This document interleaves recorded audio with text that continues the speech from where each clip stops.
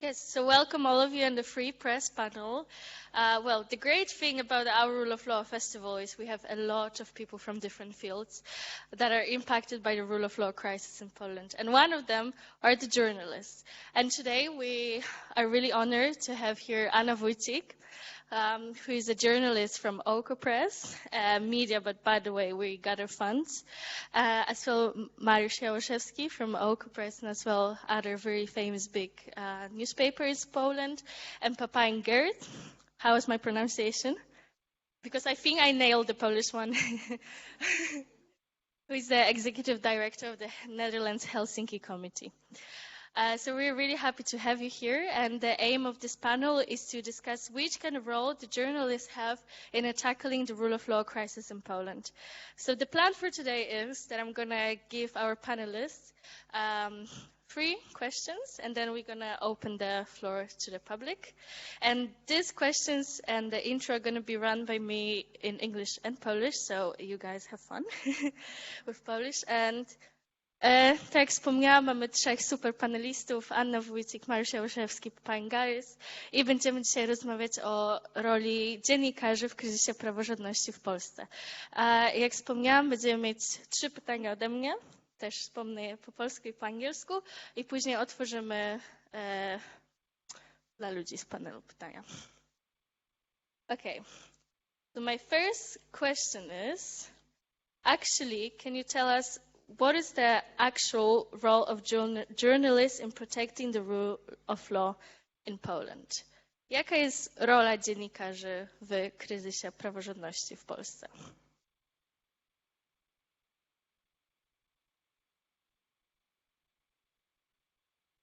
Is to explain, document, and to monitor what is going on. And I guess that the rule of law crisis is one of the most important, or the most important process that is happening in Poland and also within the European Union since a couple of years. So it's a natural subject of interest to the general public, and therefore for journalists whose job should be to provide stories that cover the most important topics. And I think that we are operating in Poland in a very peculiar environment where the government has captured public broadcaster and turned it in, like, I'm not afraid to say, a North Korea-style propaganda outlet that presents a very biased narrative. And that is not only my judgment of taste, but also that was an opinion of a monitoring mission of the Organization of Security and Cooperation in Europe. They were monitoring Polish elections in 2019, the general elections, and in 2020, presidential elections. And they found in the reports that the public broadcaster was extremely biased towards the governing party and the incumbent president. So in this context, it is crucial for the media, which consider themselves independent of government, independent of political interests, to be very specific in explaining actually what the government does and how does it impact on foundational values of not only the EU but also Poland as a democratic country. And this is a task that we have been sharing in our team. Oko Press is a portal which was established in 2016, and it now employs around 40 people, which is relatively small, but we are very focused on certain topics, and I think that we are actually the leading medium that covers the rule of law crisis. And we are working there. I'm working with Mariusz, but also some other colleagues, simply because there is so much to cover. And this means that I am personally covering court cases at the Supreme Court, Constitutional Court, Constitutional Tribunal, also Court of Justice of the European Union and European Court of Human Rights. So I'm trying to explain the impact of this case law and what is currently the state of play when it comes to assessing the changes made into the justice system since 2016. So maybe I will pass to Mariusz for a moment. Hello. Okay. Sorry. Rola dziennikarzy w Polsce jest teraz bardzo ważna, bo kwestia praworządności jest główną osią sporu politycznego w Polsce między rządem a opozycją oraz społeczeństwem, ale także jest główną osią sporu pomiędzy Polską a instytucjami Unii Europejskiej. So the role of journalists is crucial in Poland because the rule of law crisis is the crucial political line of political conflict between various parties in Poland and also the Polish government and parts of Polish society. And also this is a fault line in the conflict of the Polish government, not Poland, with the European Union. Polski rząd od kilku lat w sposób sprzeczny z konstytucją, z pominięciem konstytucji, próbuje zmienić ustrój państwa, uchwalając przepisy w ustawach, których to ustaw nikt w Polsce już nie kontroluje, bo nie mamy praktycznie sądu konstytucyjnego. To, co mamy w postaci sądu konstytucyjnego, czyli Trybunału Konstytucyjnego, de facto atrapa poważnej instytucji. Those who are in power in Poland since a couple of years are adopting legal provisions, are changing the law in a way that basically amounts to changing the character of Poland's democracy, the constitutional arrangements, without direct change of the constitution. And this is especially worrisome because no independent institution that performs centralized judicial review of the legislation in Poland. Dlatego bardzo ważne jest, żeby niezależni dziennikarze tłumaczyli obywatelom, co robi władza i jak władza zmienia nasze życie, zmienia nasze prawa, zmienia społeczeństwo. And this is why it is essential that independent journalists explain to the public, to the fellow citizens, how the government is changing the laws, the arrangements of the state, and how it impacts on human rights. Dla przykładu podam, może Państwo nie uwierzycie, ale w Polsce bardzo ważne przepisy ustawy rząd, jeśli chce, potrafi uchwalić w ciągu jednej doby. Głosowania są na przykład o 3:00 nad ranem, kiedy już wszyscy w Polsce normalni ludzie śpią. And there is also the question of quality of parliamentarism and how the laws are being adopted. It is hard to believe, but in fact, if the government, actually it was when the government had both the lower house and the upper house, it was possible to pass really crucial bills even during one day. Sometimes the crucial votes happened during the night at 3 a.m. in the morning. So that was also a moment when it was really difficult to keep track on what is going on, because you could wake up and the situation would be different. I często też na przykład bardzo ważne ustawy są uchwalane w okresie wakacyjnym bądź tuż przed ważnymi świętami Bożego Narodzenia, bo wtedy większość obywateli nie interesuje się tym, co się dzieje, bo jest zajęta wakacjami albo przygotowaniem do świąt i władza wykorzystuje ten moment, żeby przypychać wszystkie jakieś wrażliwe ustawy, zakładając, że nikt się tym nie zainteresuje. Dlatego to jest bardzo ważna rola dziennikarzy. And also the government tries to push some key bills during holidays or just before big events such as Christmas or spring holidays, etc. Because at that time people are just focused on their own life and they are not that vigilant to what is going on in the parliament. And that is why it is essential that the journalists keep an eye on what is going all the time. Yeah, thank you. And Pepijn, what do you think? How important are media and independent newspapers in a crucial value as democracy? Yeah, absolutely. So in any well-functioning democracy, I would say there are three elements which really need to be in place, which is rule of law, meaning also the independence of judicial institutions, but other state institutions as well, the parliament, for instance, or the constitutional court. Human rights as sort of the framework of rights of the citizens, and civic participation or civil society. So by that we mean that citizens or organized in civil society organizations need to be able to actually inspect, monitor, investigate, evaluate discuss, propose, but also judge actions of the state.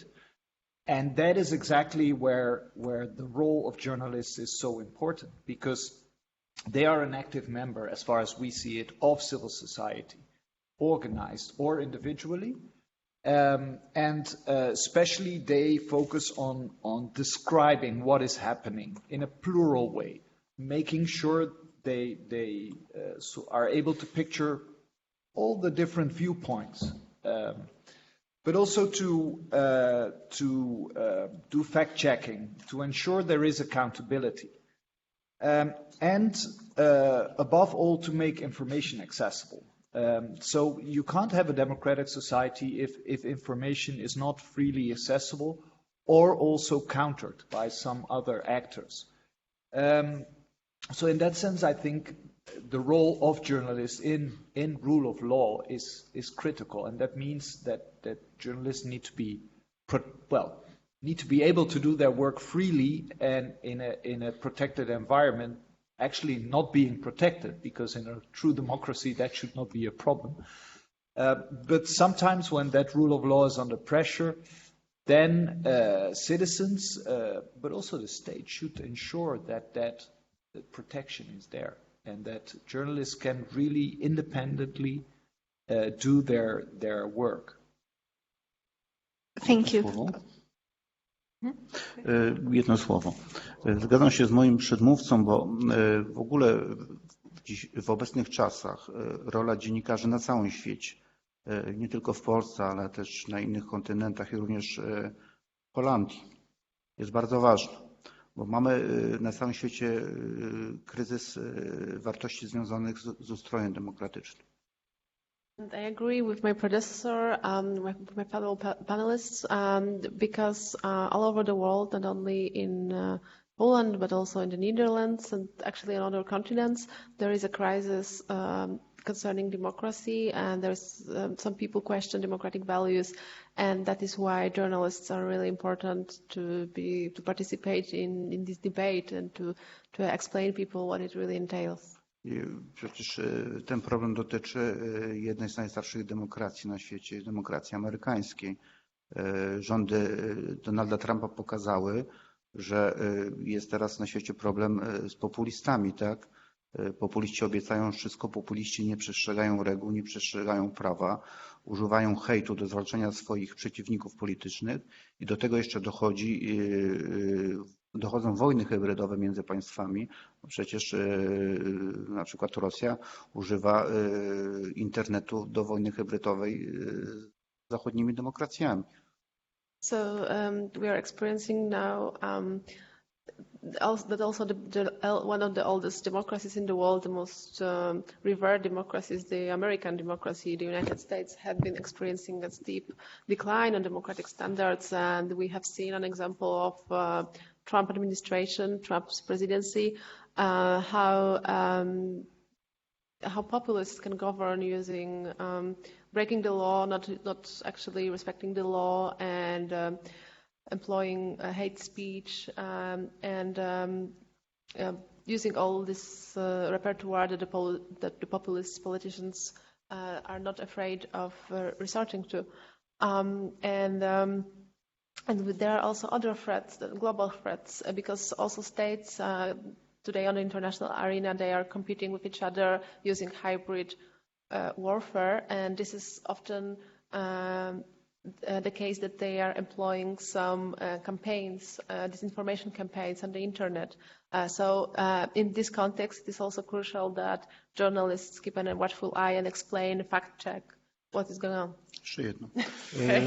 Dlatego dzisiaj dziennikarze muszą wyjść ze swoich tradycyjnych ról tylko relacjonowania tego, co się dzieje, i muszą wziąć na siebie taki obowiązek obrony podstawowych wartości demokratycznych, bo na przykład wolność prasy jest wpisana w tą zachodnią cywilizację, tak? Na naszą kulturę. Wolność demokracji, wolność słowa. So this is a moment where journalists need to do a little bit more than usual, not only be involved in reporting, but also to be aware that the principles of democracy are threatened, and they need to explain how the democracy should work and how it works. Because also the freedom of the press, freedom of expression are crucial freedoms in a democracy, in a civilization, in democratic parts of the world. No i też musimy bronić przede wszystkim praw człowieka. Ostatnie zdanie. And we need to defend human rights as well. Yes, thank you. I really enjoyed those elaborate answers. That's great. And then my next question to you would be, what measures you notice that are applied by the Polish government to silence your job, media, newspapers? Jakie są przykłady zastraszania i uciszania mediów w Polsce używane przez rząd? So when we say that we watch closely what the government is doing, we also watch closely what the organizations that are on paper not linked to government, but they are in fact pro-government, are doing. And it is often the case that such organizations or individuals are filing lawsuits against media in relation to their reporting. And these are called strategic lawsuits against public participation because they're exaggerated lawsuits that aim at exhausting resources, time, financial resources, emotional resources of journalists and prevent them from focusing on what they should do, which is their job, reporting and journalism. And it is really a case in Poland in recent years that the number of such lawsuits, baseless lawsuits against key media that are critical of government, number of such lawsuits increased. And can you imagine that we are a small media outlet and we have had 9 such lawsuits against us? And there was a moment when really we realized that legal costs are a significant part of our budget, a much bigger part than we expected and that we would like to spend on such costs. Also because we are proud to be supported in 90% by donations from readers, which means that we do not have these huge budgets for huge legal teams. But also big media that are employing 10 times more journalists than we do, are facing increased pressure. There are literally dozens of lawsuits filed against Gazeta Wyborcza, the biggest liberal newspaper, in relation to their investigative journalism, in relation to how they explain and write about scandals related to the government. And even for them, they are the part of a huge group that involves not only media but also other businesses. Even for such a big company, the number of lawsuits is alarming, and it is a serious problem to them. A co ty mówiłaś? No mówiłam, Może, panie Mariuszu, może mógł pan wspomnieć o ostatnich ustawach przeciwko... Może ja mogę powiedzieć co do przodu. My w Polsce się obawiamy, bo dzisiaj jesteśmy na festiwalu Rule of Law i o tym pamiętajmy. My się obawiamy, że jeśli władza podporządkuje sobie w Polsce wszystkie sądy, a ma taki plan, żeby zniszczyć całe niezależne sądownictwo na czele z Sądem Najwyższym, to kolejny atak przyjdzie na wolne media w Polsce. We are afraid that because we're on the Rule of Law Festival and we should remember also that this is about attacks on judicial independence, and we are afraid that if the government captures judges and courts in Poland, then media will be the next victim. And that is why we are taking some steps.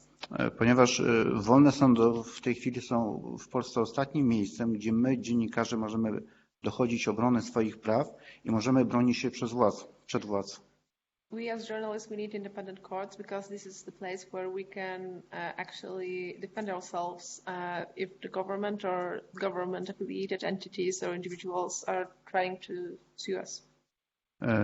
I w związku z tym, co się dzieje wokół sądów, postępuje też próba wyciszenia wolnych mediów przez przejmowanie tych mediów, wykupywanie, ale też są zapowiedzi, takie jakby się nas straszy, że jak nie uspokoicie się, to my to zrobimy.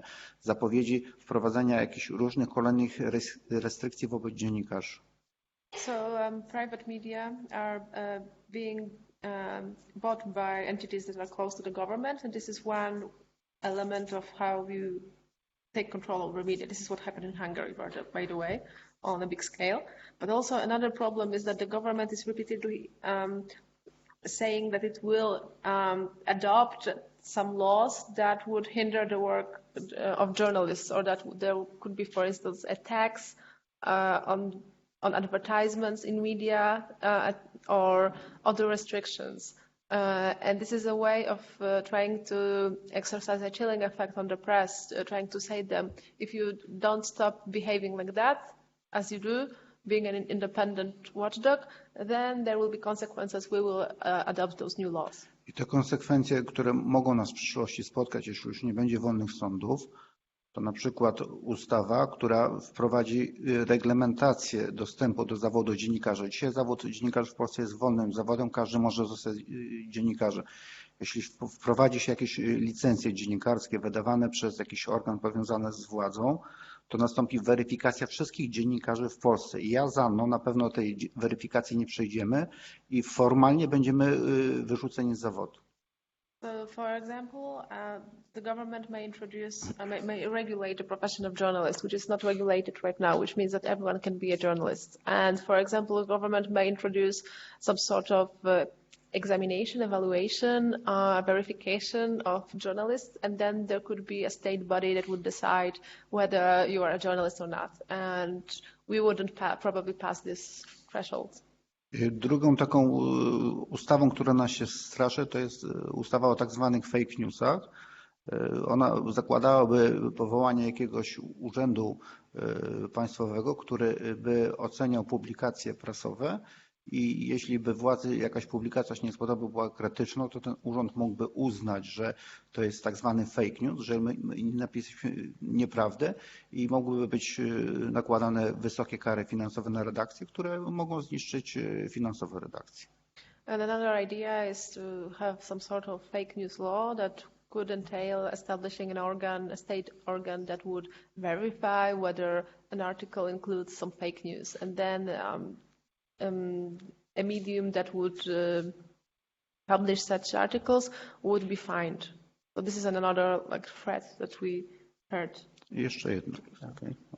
Okay. Another question. That's great. I think everyone enjoys it.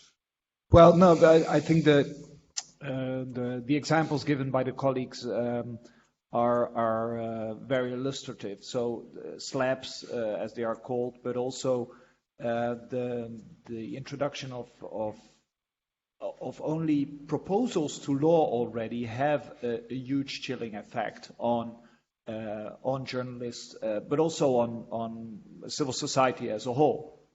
Right? Last Monday, I was at a presentation given by Veronika Munk of Telex in Hungary, and there was a Dutch journalist as well who lives in Warsaw. And she works for NRC, one of the biggest Dutch dailies. And she said that she now is also facing a lawsuit, which by the Polish government, which she said, well, I thought it was not going to give me a chilling effect, but I must admit that it really does something with me. I won't feel hampered in what I write, but it has an effect. So I think that is crucial, and that is exactly the part where we feel that living in the European Union, where all the member states that have become member and voluntarily have become members, nobody has forced them. It's not like Orban claims or some Polish politicians also claim that this is again a revival of Moscow and the Soviet Union. This is voluntarily. So in any organization where you voluntarily become a member, you have to abide by the rules, and the values and principles as enshrined in Article 2 of the EU Treaty are very clear with regard to rule of law, freedom of expression, etc. So I think there it is time to become a bit bolder as well. Not only by the European Commission, but also by other member states, and be more vocal, and to express disregard and express discontent with how things are going at this moment in Poland, because obviously silencing the courts and the judges and the prosecutors was the first step, but in the last few months we've seen new law proposals coming up in Warsaw as well, with regard to press owned by foreign media, and they were smart enough then not to include media owned by EU companies from other EU member states. But obviously it is the start of such a process. Well, I hope that the EU will take this up very seriously, and in that sense, what we've seen last week is giving me a bit of hope that this is now finally going to happen. W nawiązaniu do swojego przedmówcy chciałbym powiedzieć, że w Polsce są też atakowani korespondenci zagranicznej prasy. So it is also important to note that also foreign correspondents are being attacked in Poland. Jeśli pojawi się jakiś nieprzychylny artykuł w zachodniej prasie, to personalnie atakuje się korespondenta, wyśmiewając na przykład jego warsztat albo grzebiąc w jego przeszłości. For example, if there is an article or even a line in the article critical of government or that the government does not like or the president does not like, then there is a lot of scrutiny over this journalist, and he is criticized for his craft or her craft and even their past, their personal life. And I may add that this, for instance, happened to Philip Fritz, who was a Die Welt correspondent. He was covering the Polish election in 2020, and then he was singled out because the president or his environment did not really like how he presented the campaign. And that was a really big conflict. Also, luckily, his newspaper defended him, and it was really inscribed in this imagined war of Poland and Germany over so-called German interference in the elections. So it was really a moment where also foreign correspondents felt that their work is hindered, and also many correspondents, in fact, including Reuters correspondents, etc., who are basically rotating between countries. So they are in a country for a couple of years only.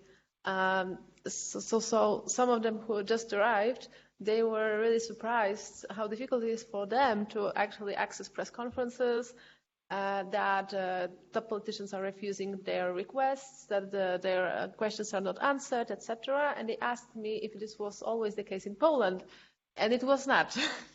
So this is really a reality that we're also trying to explain in the first panel in the morning, that the working conditions of being a journalist has changed drastically in the past 7 years. And before that it was more or less open and transparent.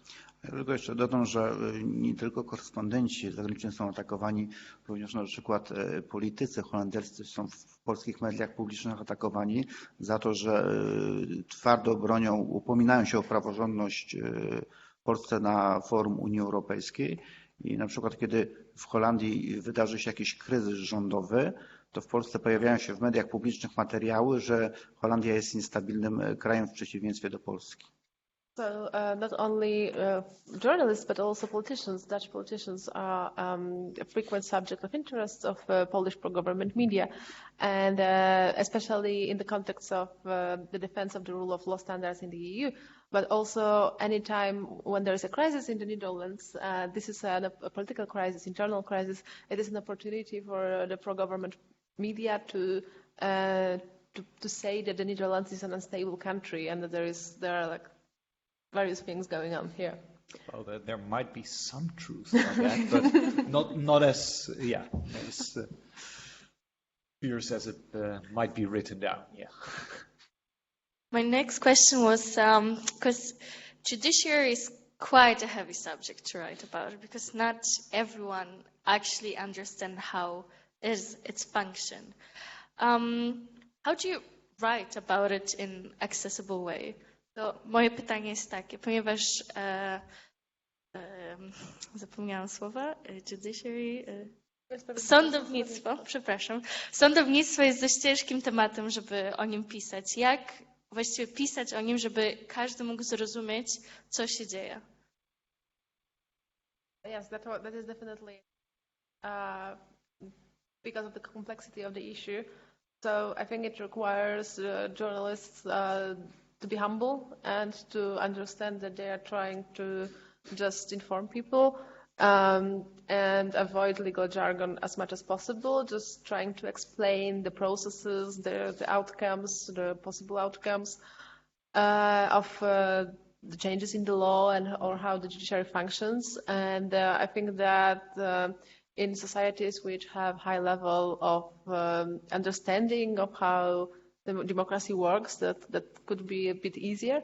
But I think that this is also the role of the press to inform and to educate about those institutions.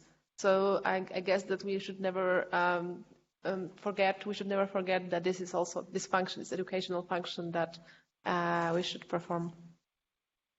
Tylko dodam do tego, co Anna powiedziała, że rzeczywiście o prawie jest bardzo trudno pisać i my, dziennikarze, powinniśmy w sposób przystępny przekładać te skomplikowane treści i zrozumiałe dla przeciętnego odbiorcy i pokazywać, dlaczego to, co się dzieje, dlaczego to prawo jest ważne.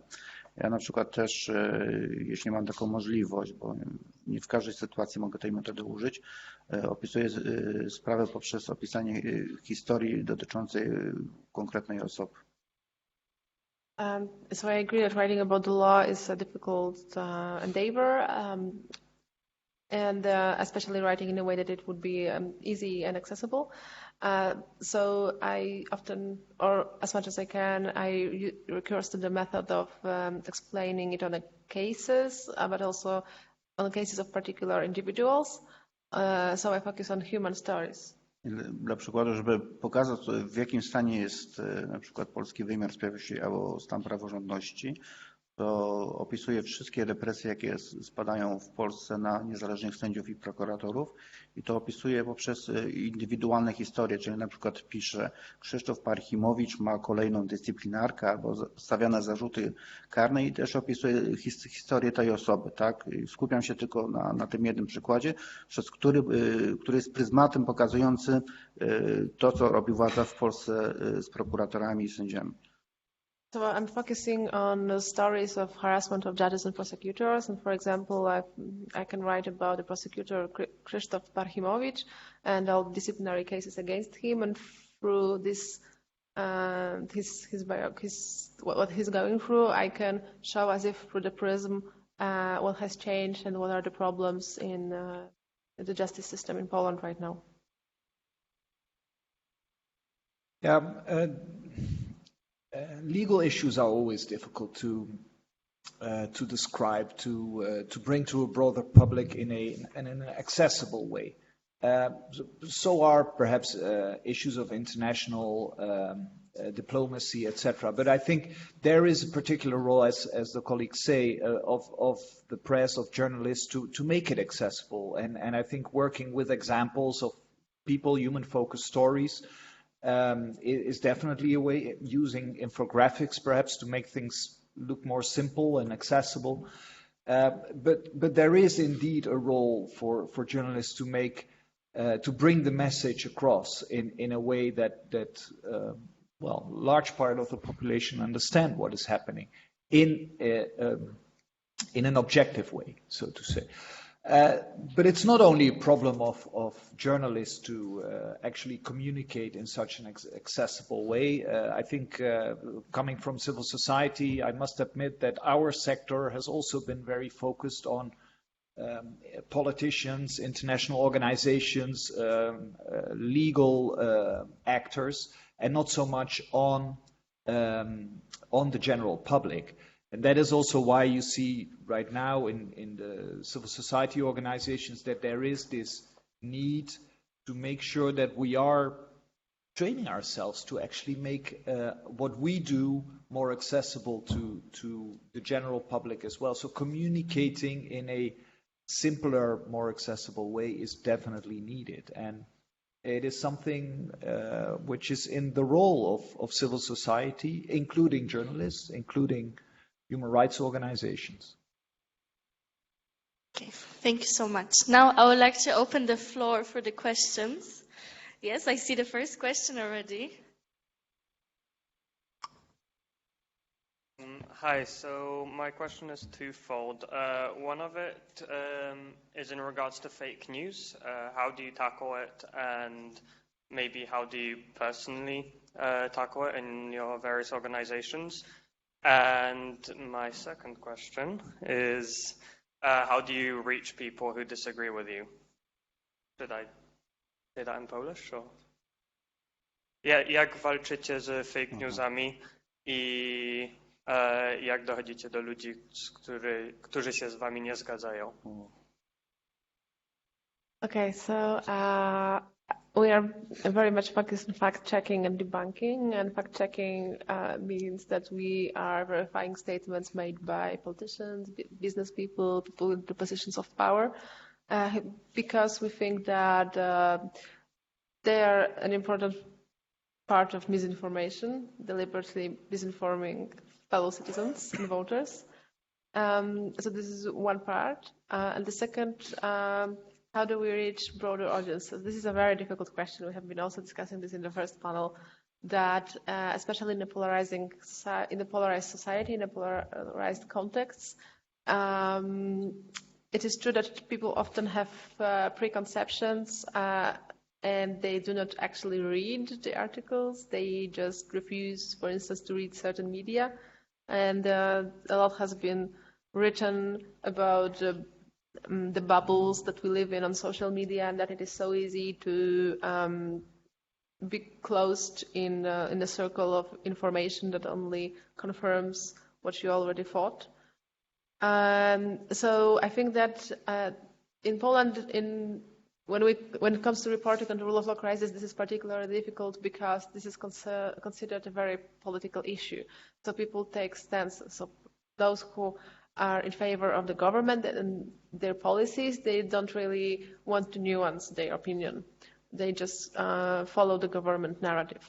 And with the people who are not following the government, it's more diverse, because there are the people who hold more liberal views or leftist views, and then for them when they describe our medium, they often describe it in terms that we are, for some people, we are too right-wing, for others we are too left-wing, for others we are too that and that. So you never can be a perfect medium for everyone, especially not for a political party. And this is our strength, because we don't want to be partisan, obviously. So this is a difficult task, and I think that we can overcome it also by writing those stories about people, actual people, and also stories about the issues that are touching all of us. So, for instance, writing about the rule of law crisis in a way that this is a crisis of access to fair trial, or that we write a lot about education, social policy, health, housing crisis, like economics. So the issues that touch people who live in one area or community, despite the differences, the political differences that they may have. Pana pytanie jest bardzo trudne, tylko że jest w tym pytaniu pewna pułapka, bo rolą dziennikarza nie jest przekonywać, tylko pokazywać rzeczywistość. I ja pisząc artykuł, ja się nie zastanawiam, czy ktoś, kto jest wyborcą rządu, da się przekonać. Ja mam napisać, jak jest. I to jest moja praca. Ja nie czytam komentarzy, nie dyskutuję z komentarzami, bo ludzie mają prawo do opinii, a część komentarzy to są trolle internetowe, które specjalnie nakręcają hejt na dziennikarzy. Ale ja już mam grubą skórę, odporniłem się, tak jak polscy sędziowie. Mamy grubą skórę. Teraz ja mam wykonywać swoją pracę przede wszystkim. It was a very difficult question, difficult issue, but maybe there is a hidden problem in the question, because it is not the role of journalists to convince people. It is more the role to inform people and to present different viewpoints, to present a bigger picture. And therefore, Mariusz said that he personally does not really read comments that much, and he is not engaging with conversations, because he knows that there will be many critics, many people who wouldn't like his work, and that he had to learn how to deal with such criticism, sometimes baseless criticism.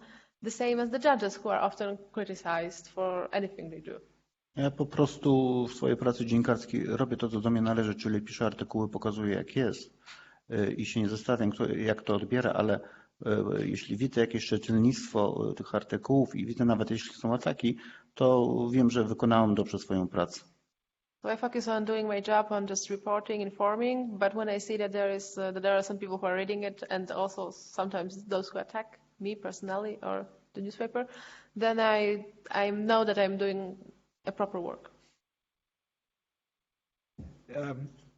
Well, being a civil society organization, obviously it's different for us than it is for journalists, but especially when it comes to reaching a different audience, we try to do our best, but not by producing articles ourselves so much, but more to actually do advocacy to different groups. So what we try to do is those groups that do not feel a direct link to the whole issue of the rule of law in the EU, we try to convince them that there is a link, that they are in some way affected if the rule of law does not work properly. To give an example, the business sector might think, so what, right? But then every Dutch or Lithuanian or Bulgarian businessman who feels he wants to enlarge his business to, for instance, Poland, should be aware that with a non-independent judiciary, there is a big risk for his business if he starts to invest in a country as Poland. So trying to talk to business sectors, to parliamentarians of member states who also at this time still quite a lot think it is none of their business to be actually critical about rule of law backsliding in the EU. We try to talk to them. We bring different articles by academics or by think tanks and try to feed them with factual information, also on what role they could play. So that's how we try to tackle that part. Does that answer your question? Yes. Okay. Anyone else with a question?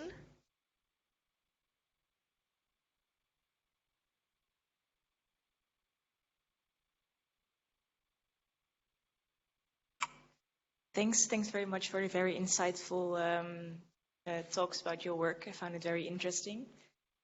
What I'm wondering is, right now we have this big discussion in Europe about, shutting down finance to both Poland and Hungary, and most activists who are active in both Poland and Hungary have spoken to support this message.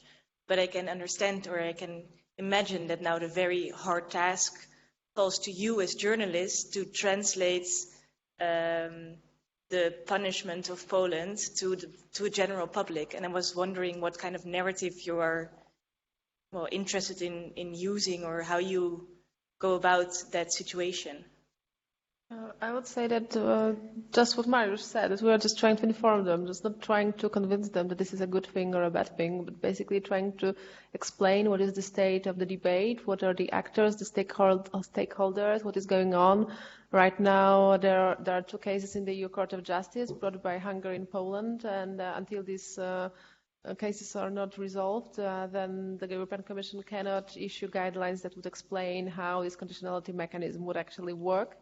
But there is a big debate about that, and this is a substantial part of our work to actually cover and explain what is going on. So also explain, for instance, different new mechanisms that are introduced in the European Union. And so we do it, and then people can decide then by themselves what they think about it. If this is sort of like undeserving punishment, or is it actually a way to protect Poland's democracy, etc.? I think it's a very interesting issue, and actually it is a mechanism which is very powerful. But I think it is good to take one step back. Where do those funds come from? Those funds come from taxpayers all over Europe, and they see that their funds are being misused, that's my quote, misused to actually counter the values and principles we've all agreed to and why we are a member of the EU, right? So taking that as a principle, then I would say it's only logical that we're now coming to the point where you say, well, as every taxpayer, as every state does, if funds are misused or not used for what they were meant for, there should be punishment, right? So then the story becomes very simple, actually. And it's actually very strange that we're only getting to this point right now. And that this so-called conditionality delivers so much discussion, because it is normal in Hungary for the Hungarian state to punish a citizen which does not pay his taxes, or to punish a region that misuses public funds for other things than they were meant for. This is the same logic. And I think in that way, the story becomes very simple. And also, these measures are supported by parts of societies in Poland and Hungary because they see it as an only way to prevent the further rule of law and democracy backsliding. Because unfortunately, when we have a government, politicians which have, I would say, authoritarian tendencies, they only understand the language of root power. They are not really interested in dialogue. And we have seen this in the past years. It is also true that they are behaving a little bit like teenagers or children who are trying to test what they can do. And basically in the past years, it appeared, especially in the case of Hungary, that you can actually get away with anything because the European Union will not actually interfere in a substantial way. And it really took years of lobbying of the European Commission, so the Commission starts infringement procedures against Poland. And it has not started that many procedures against Hungary, for the record. In a comparable time. So actually, I think that right now this narrative in the European Union is a little bit more decisive. But actually, it was really depressing and disheartening to write about what the Commission says, but it does not do much, and especially to the public that would rather see more action.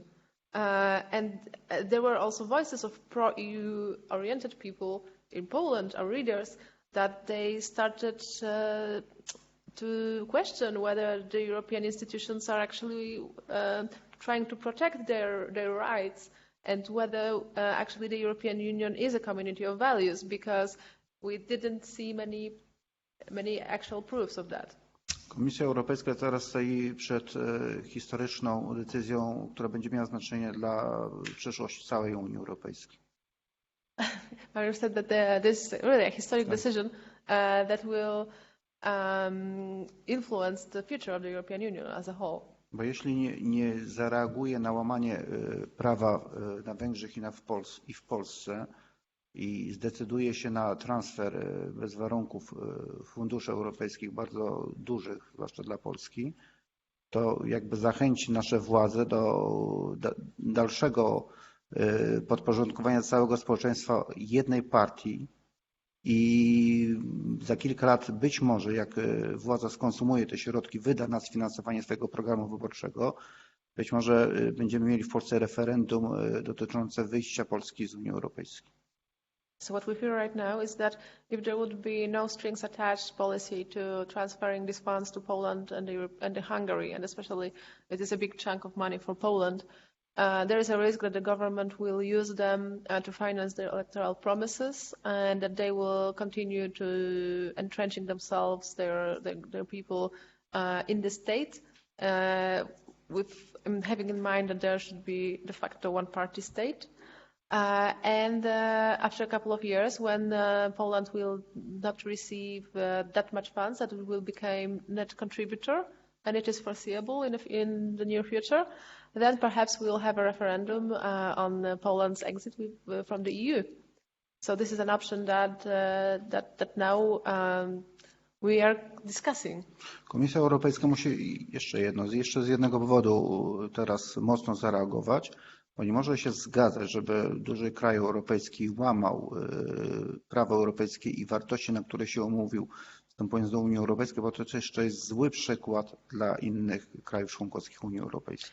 And also, this is a question of the size of Poland, and it's conceivable that the European Commission, the European Union's institutions would allow such a big country to exist if it does not follow EU law and EU norms. And that would be just a bad example for other EU member states. Just only last night I saw a item on Dutch television that finally the EU is putting that they are actually applying what they should do because of some regional funds being cut now to regions like Małopolskie, I think, where LGBTI, anti-LGBTI rules are now in place. And apparently also lots of people, including peace supporters, say, "Well, then maybe we should not do this," right? So I think there is finally it's getting traction, and that's needed because the credibility of the EU is at stake here. Yes, and if I can follow up on that. Actually, many local municipalities which adopted those anti-LGBT resolutions, which are not legally binding, but this is a soft law. I mean that's a local, I would say, declaration. So some of them withdraw the resolutions because they understand that this would risk EU funds. And the situation is quite problematic for many cities, municipalities, because, for instance, Małopolska region, this is a very conservative region. In southern eastern Poland, but it has a big city of Kraków, where some of you may probably have probably visited it. And this city, for example, is now trying to convince European partners and EU institutions that it has been doing a lot for equality. Actually, I know a person who worked as an equality commissioner for this city. So they put a lot of effort in equality policies, but nonetheless they are still in the region. And the region itself recently, because it is controlled by the majority of very, very conservative politicians, the region decided that no, it will not bow down to the values, and the European Union won't threaten that it will take back sandwiches from Polish children. This is what one of the local politicians said. But I think that this is an important topic right now, and one of the senior government figures who is responsible for infrastructure funds wrote a letter to all municipalities in Poland and urges them to withdraw such resolutions. To jest bardzo dobry przykład właśnie tych stref anty-LGBT, że zdecydowana postawa Unii Europejskiej może wymóc zmianie prawa. Yes, so this is a concrete example that really a decisive approach of the European Union can change the law that was adopted, the behavior of some regions.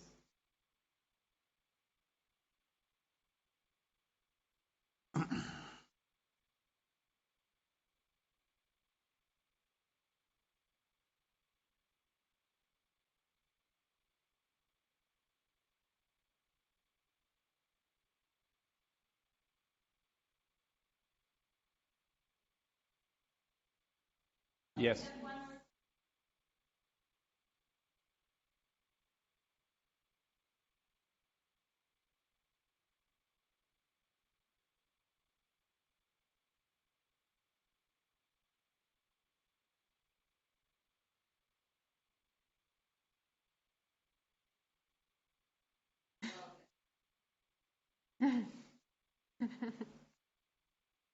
Co napiszę następnego dnia, jak środki bez żadnych warunków?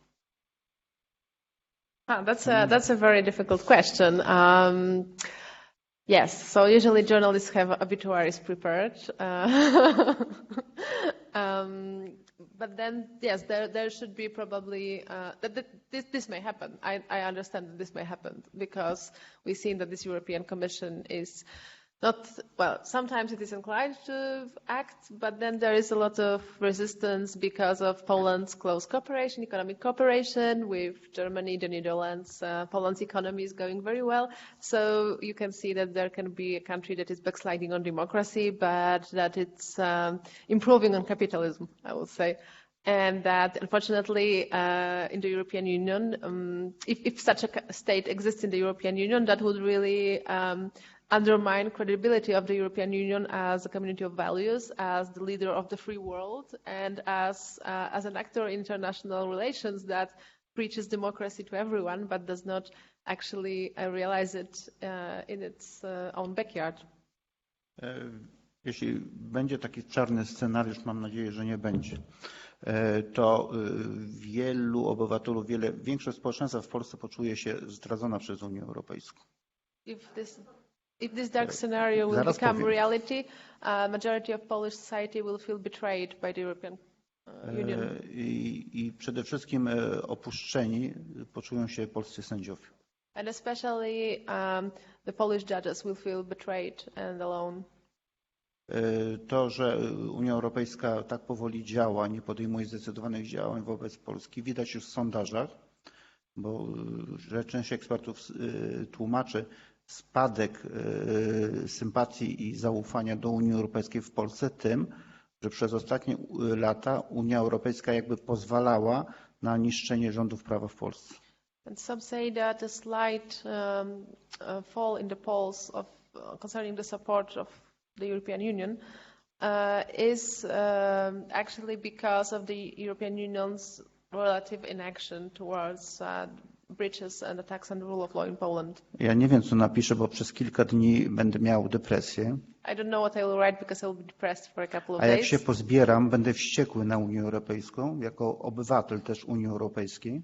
And when I will get myself together, I will be really furious on the European Union.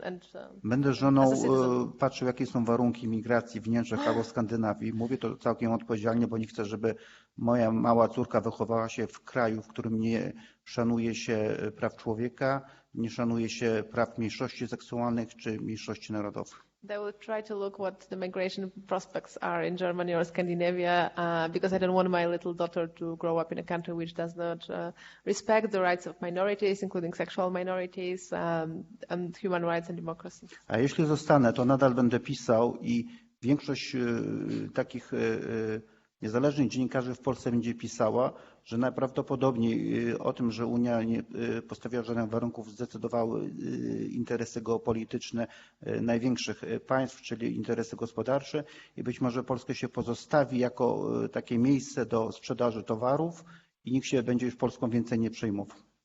And I will probably write, as my fellow commentators would do, that the European Union decided that because of geopolitical and economic interests, and that it was purely an economic calculation, and that Poland will be left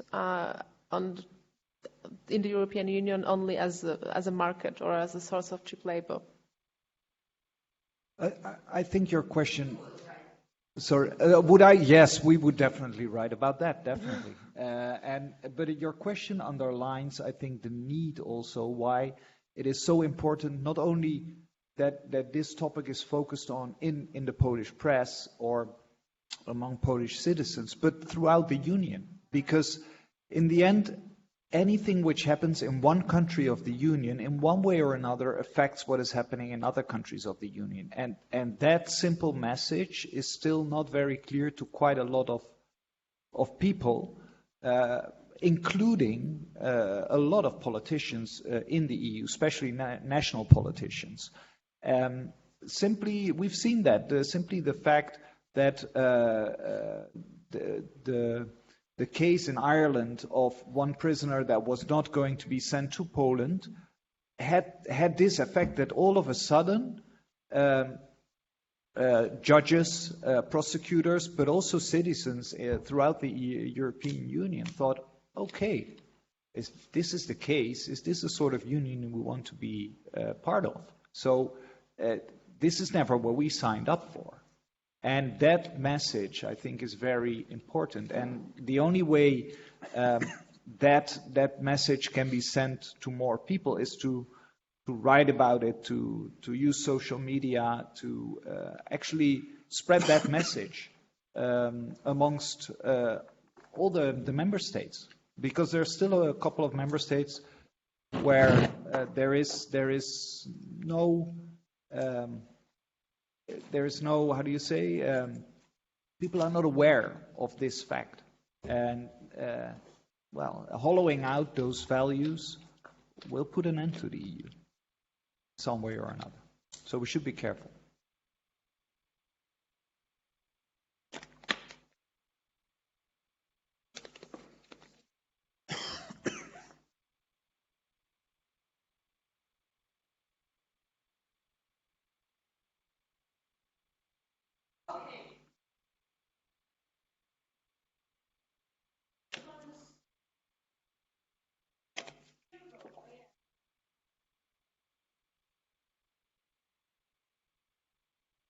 But we can hear you.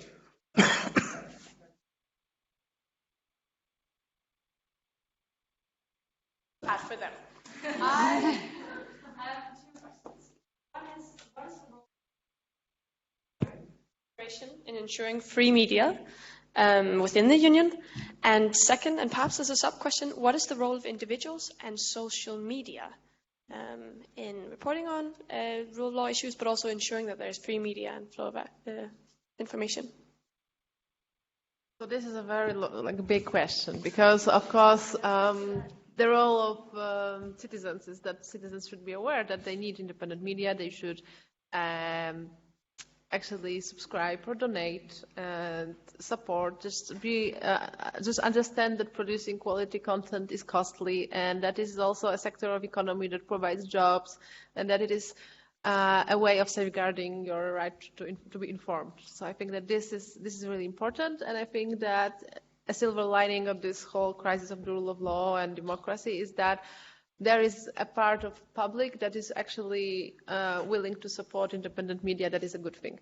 And then when it comes to the role of social media companies, that is very, very difficult issue, because as you know, they have taken much of advertising budgets from the media. In older times, print media were supported from ads, and now big technological companies that operate social media platforms or search engines, they are actually earning money by displaying ads.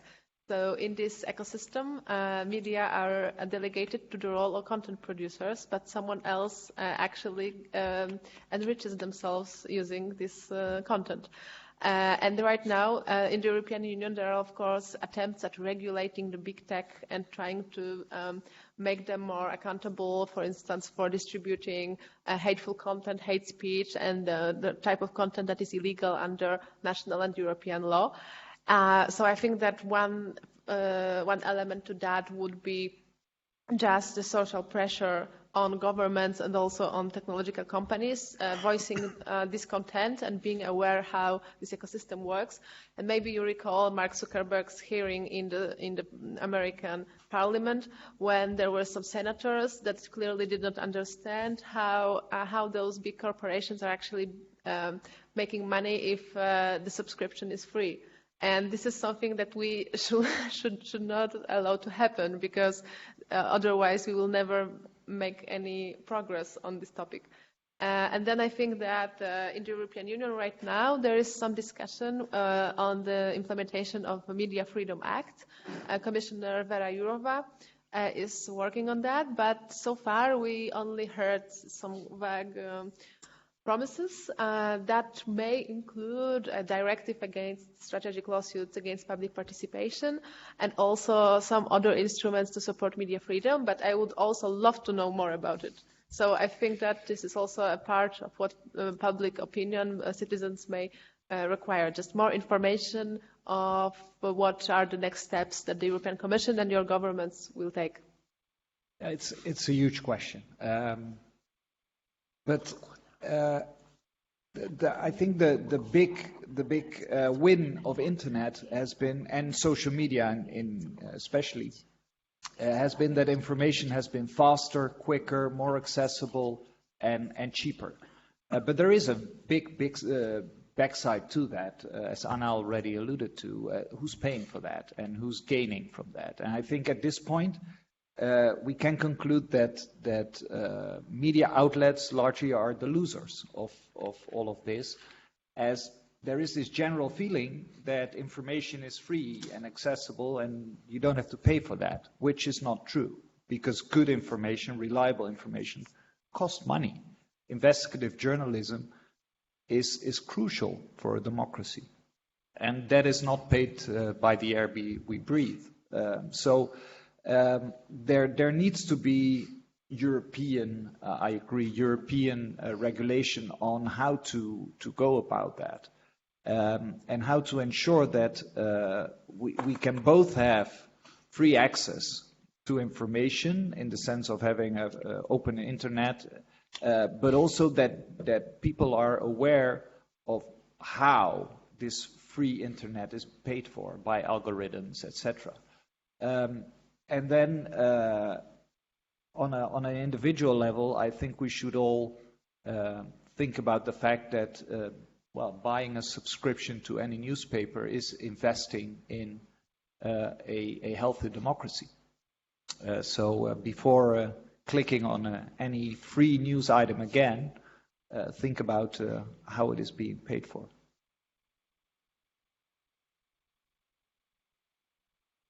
Mariusz, do you want to add something to Stefan's stats? Well, I think that was a great question to sum up our discussion. I think that's the end of our panel. I want to give a big applause to our guests.